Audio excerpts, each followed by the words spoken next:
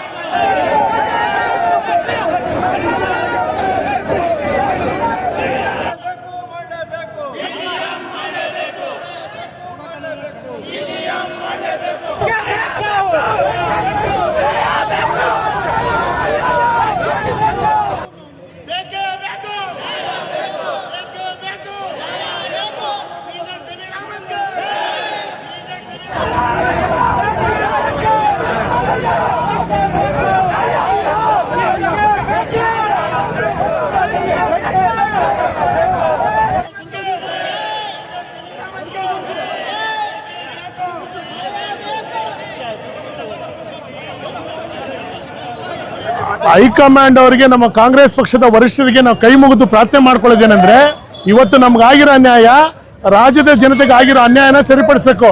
ಇವತ್ತು ರಾಜ್ಯದಲ್ಲಿ ಯಾರ ದಲಿತರು, ಅಲ್ಪಸಂಖ್ಯಾತರು ಮತ್ತೆ ಬಡವರ ನಾಯಕರು, ಜನರ ಜನನಾಯಕ ಅಂದ್ರೆ ನಮ್ಮ ಜಮೀರಣ್ಣ ಅವ್ರಿಗೆ ನೀವು ಏನಾದ್ರು ಮಾಡಿ ವರಿಷ್ಠ ಮಂತ್ರಿ ಸ್ಥಾನ ಕೊಡ್ತೀರಾ, ನಮಗೂ ಗೊತ್ತಿದೆ. ಆದ್ರೆ ನಮ್ಮ ಬೇಡಿಕೆ ಏನಂದ್ರೆ, ರಾಜ್ಯದ ಜನತೆ ಬೇಡಿಕೆ ಅಂದ್ರೆ ಉಪಮುಖ್ಯಮಂತ್ರಿ ಸ್ಥಾನ ಕೊಡಿ ಅಂತೇಳಿ ಇಲ್ಲಿ ಅಭಿಮಾನಿಗಳು ಸೇರಿರೋದು. ಆದ್ರೆ ಒಂದ್ ಹೇಳಕ್ ಇಷ್ಟಪಡ್ತೀನಿ, ಅವತ್ತು ಶಾಮನೂರು ಶಿವಶಂಕರಪ್ಪ ಅವರು ಬಿಜೆಪಿಗೆ ಬೆಂಬಲ ಕೊಡಿ ಅಂತೇಳಿ ಬಹಿರಂಗ ಸಭೆ ಹೇಳಿದಾಗ ನೀವು ಕಾಂಗ್ರೆಸ್ ವರಿಷ್ಠರು ಏನ್ ಮಾಡ್ತಾ ಇದ್ರಿ? ಇವತ್ತು ಜಮೀರಣ್ಣ ಅವ್ರದ್ದು ಇಂದ ನೀವು ಅವ್ರನ್ನ ಮಾತನ್ನ ತಗೊಂಡು ಇವತ್ತು ನೀವು ಅವರಿಗೆ ಮಂತ್ರಿ ಸ್ಥಾನ ಕೈ ಬಿಡ್ತೀರಲ್ಲ, ಇದು ಯಾವ ನ್ಯಾಯ?